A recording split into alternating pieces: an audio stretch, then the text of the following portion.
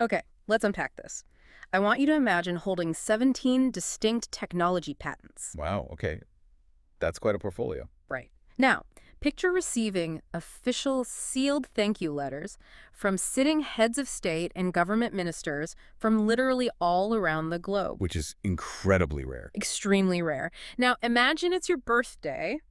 How do you celebrate? I mean, do you book a private island? Do you take the day completely off to just unplug? I would definitely be taking the day off. Exactly. Or do you willingly choose to spend 3 grueling hours standing in front of a university lecture hall delivering a highly technical seminar to a room full of local Oh, entrepreneurs? wow. And all because a little girl, like barely old enough to tie her shoes, fundamentally changed your worldview? It sounds like the setup to a strange riddle, honestly. Mhm. But it's an incredibly revealing look into the psychology of high-level innovation. Yeah.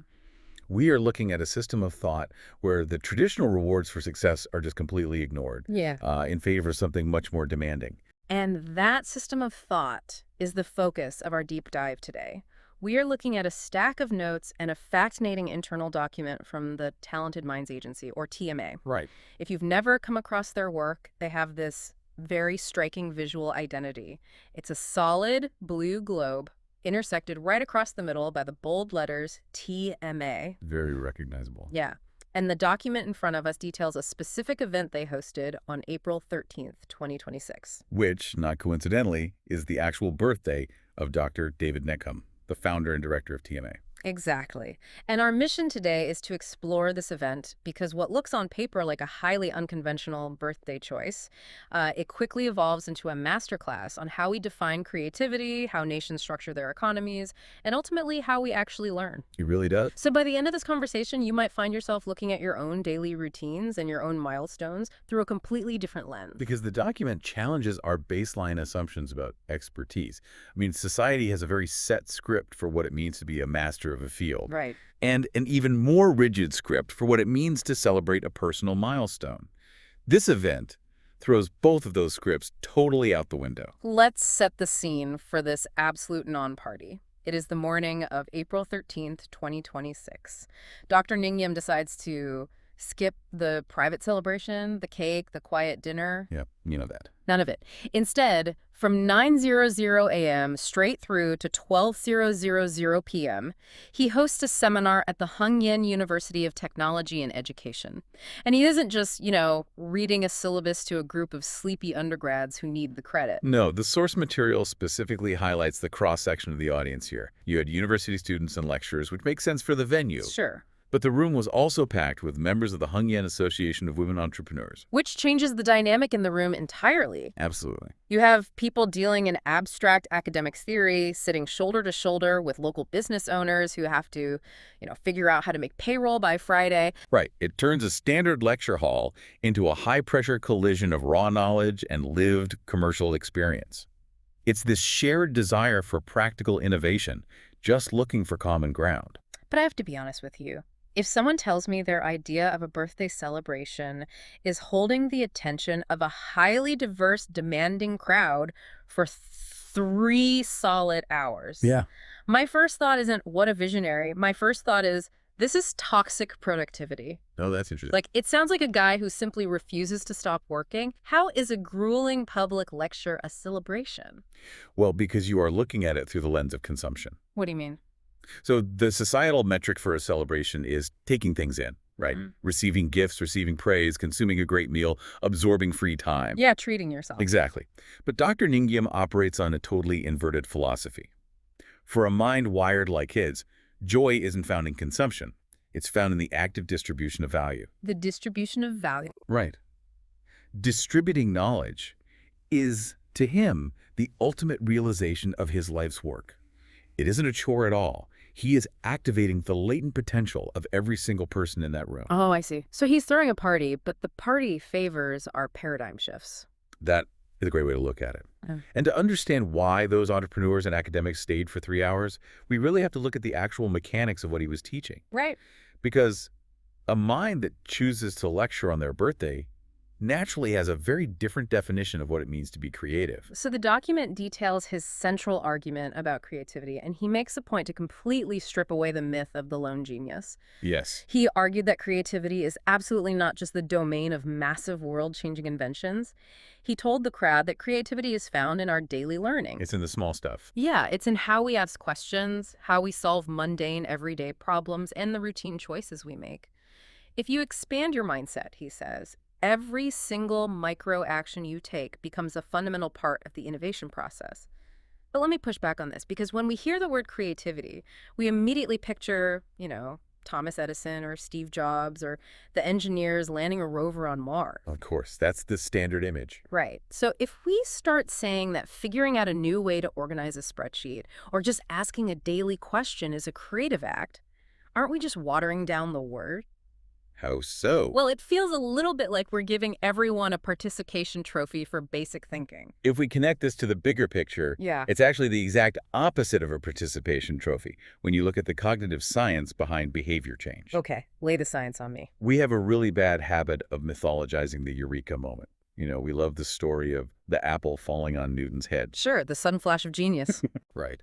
But cognitive science shows us that massive breakthroughs are just the compound interest of thousands of tiny, microscopic habits of divergent thinking. Okay, walk me through that. What do you mean by divergent thinking in this context? Divergent thinking is the brain's ability to generate multiple unique solutions to a single problem. Okay.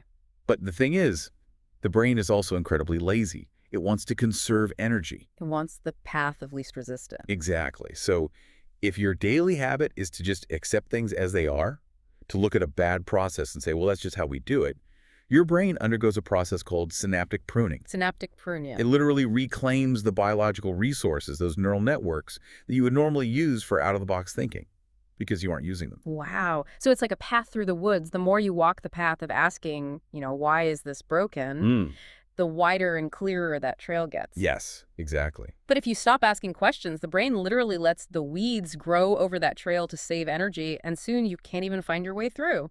That is a phenomenal metaphor. Yes.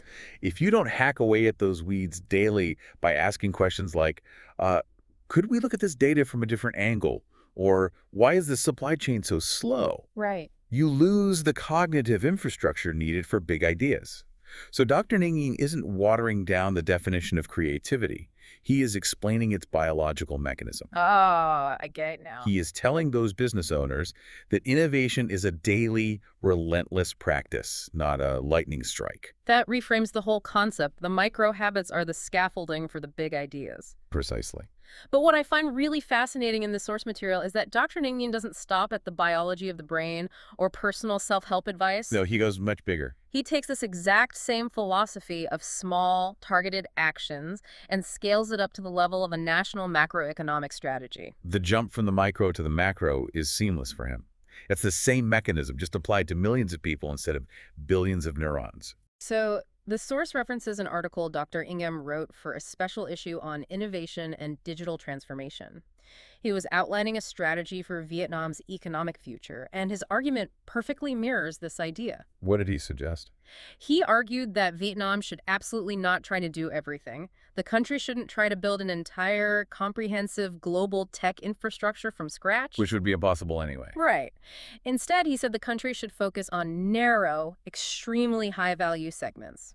And the specific example he hammered home was antenna technology. Which is a highly specialized, totally unglamorous, but incredibly critical piece of hardware. Right. But why antennas? It feels so specific. I mean, why not AI software or microchips? Well, think about what an antenna actually does.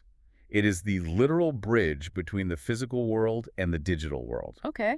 Whether you are talking about a 5G network, an autonomous vehicle, a military drone, or even just the smart thermostat in your house, none of them function without an antenna. They're essentially blind without it. Exactly. By owning that specific, highly complex hardware niche, you essentially place a toll booth on the entire global tech highway. It makes me think of a mechanical analogy. It's like instead of trying to build an entire car from scratch to compete with the massive legacy manufacturers in Detroit or Germany, Right. which would require trillions of dollars and decades of playing catch-up. Instead of that, you focus entirely on becoming the absolute best in the world at making the spark plugs. Oh, that's good. You own that narrow, highly specific space. The legacy automakers might dwarf you in size, but their giant machines literally cannot leave the factory floor without your part. It's a perfect analogy, and it reveals a massive pitfall for emerging markets. Trying to be everything to everyone in global economics is a guaranteed recipe for mediocrity. Because you're spread too thin. Exactly. You spread your capital and your talent way too thin. Yeah.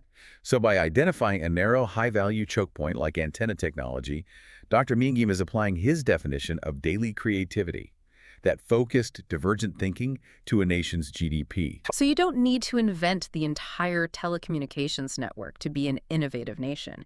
You just need to look at the massive, bloated global supply chain, ask the right creative question like, where is the highest value bottleneck that we can actually dominate? Right. And direct all your national resources there. You become the indispensable link in the chain. And you can see why this message resonated so deeply with a room full of local entrepreneurs. A woman running a logistics company in Nghiem might not be able to disrupt global shipping, but she can absolutely find her own antenna technology. Her own toll booth. Yes. She can find that one narrow, high-value service in her local market that she can execute better than anyone else. Okay, so far this all sounds like brilliant theory. It makes sense neurologically, it makes economically. Yeah. But the skeptic in me has to ask, does Dr. Nghem's methodology actually work when rubber meets the road? Well, the source document is very quick to point out his track record, and we are talking about a man with 17 patents to his name.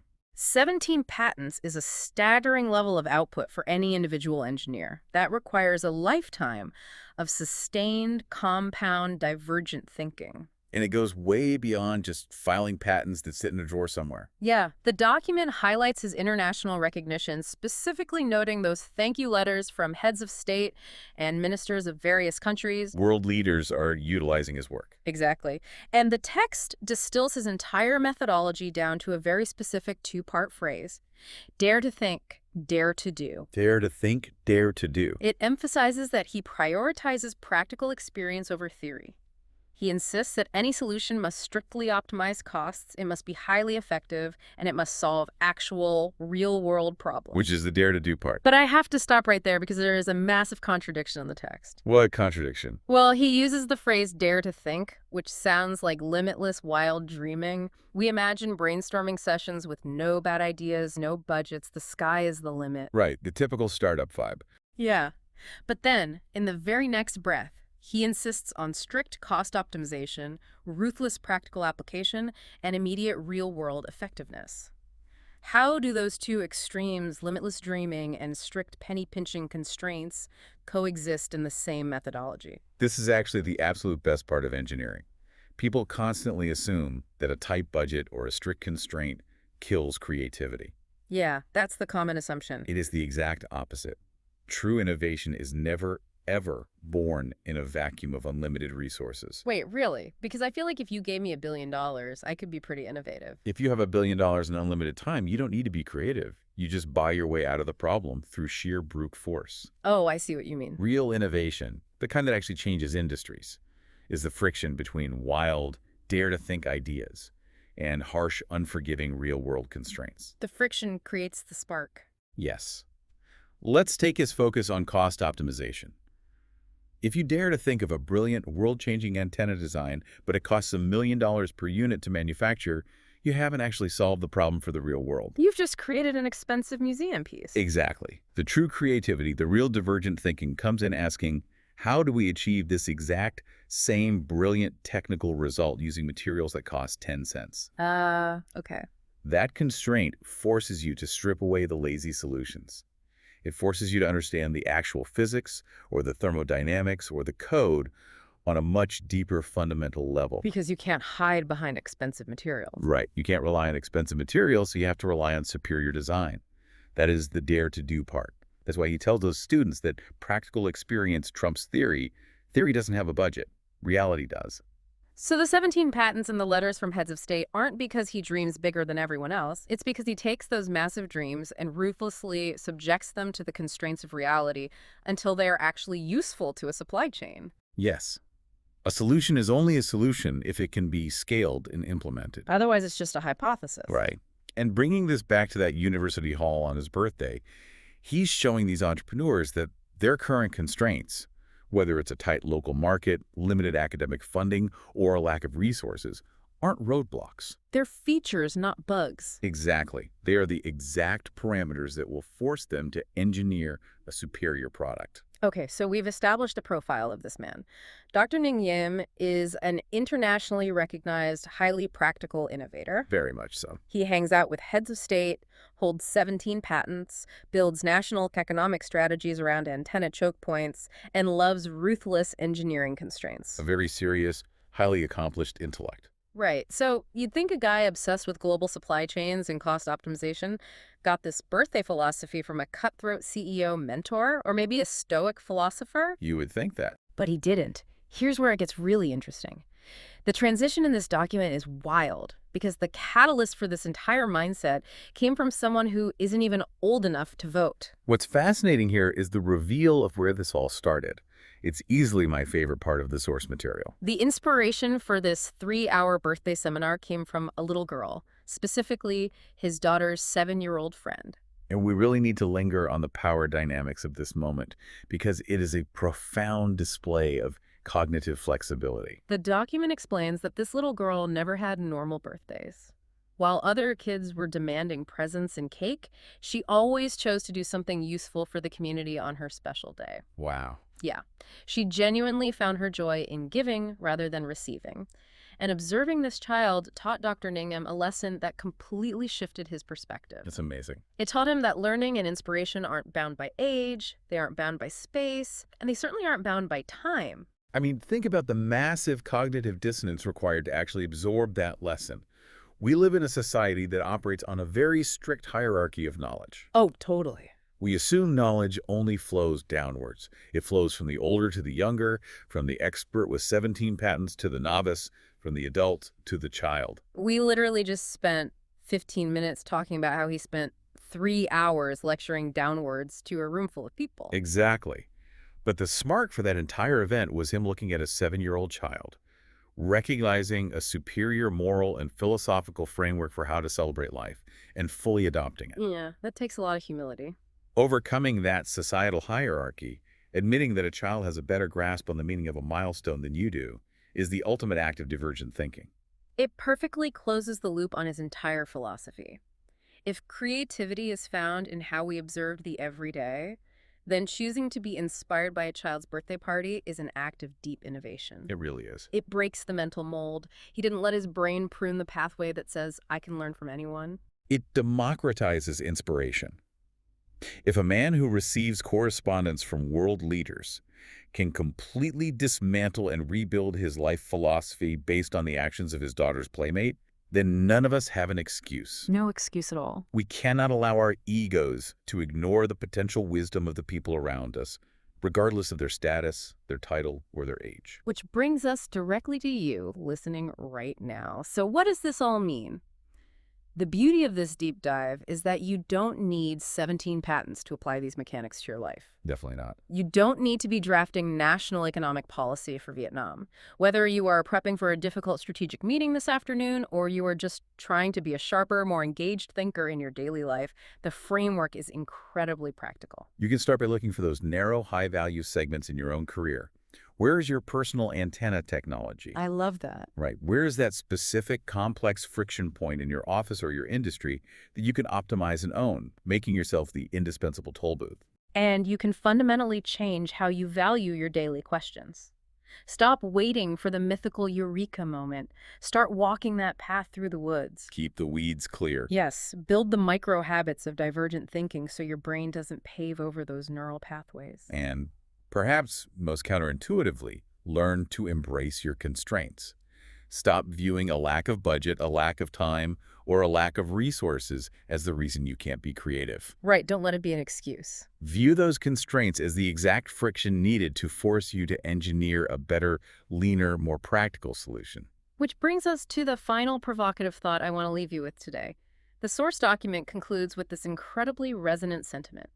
The true meaning of a birthday isn't how we choose to celebrate it, but what we choose to leave behind. Moving from a metric of consumption to a metric of contribution. And I want you to really mull this over because it applies to so much more than just a birthday. If we applied this leave behind metric to the other major milestones in our lives, I mean, think about a 5-year work anniversary, a graduation, a promotion, or honestly, even just the end of a typical grueling work week. Yeah. How would our daily routines change? If the ultimate goal of reaching a finish line is no longer the party waiting for you at the end, but the legacy and the knowledge you leave for the next person running the race, Right. it fundamentally alters every single step you take along the way. It changes the entire journey. So the next time you find yourself crossing one of those finish lines or celebrating a milestone, maybe instead of just blowing out the candles, waiting for a slice of cake, and hitting the pause button, you'll stop and ask yourself, what will I choose to leave behind today?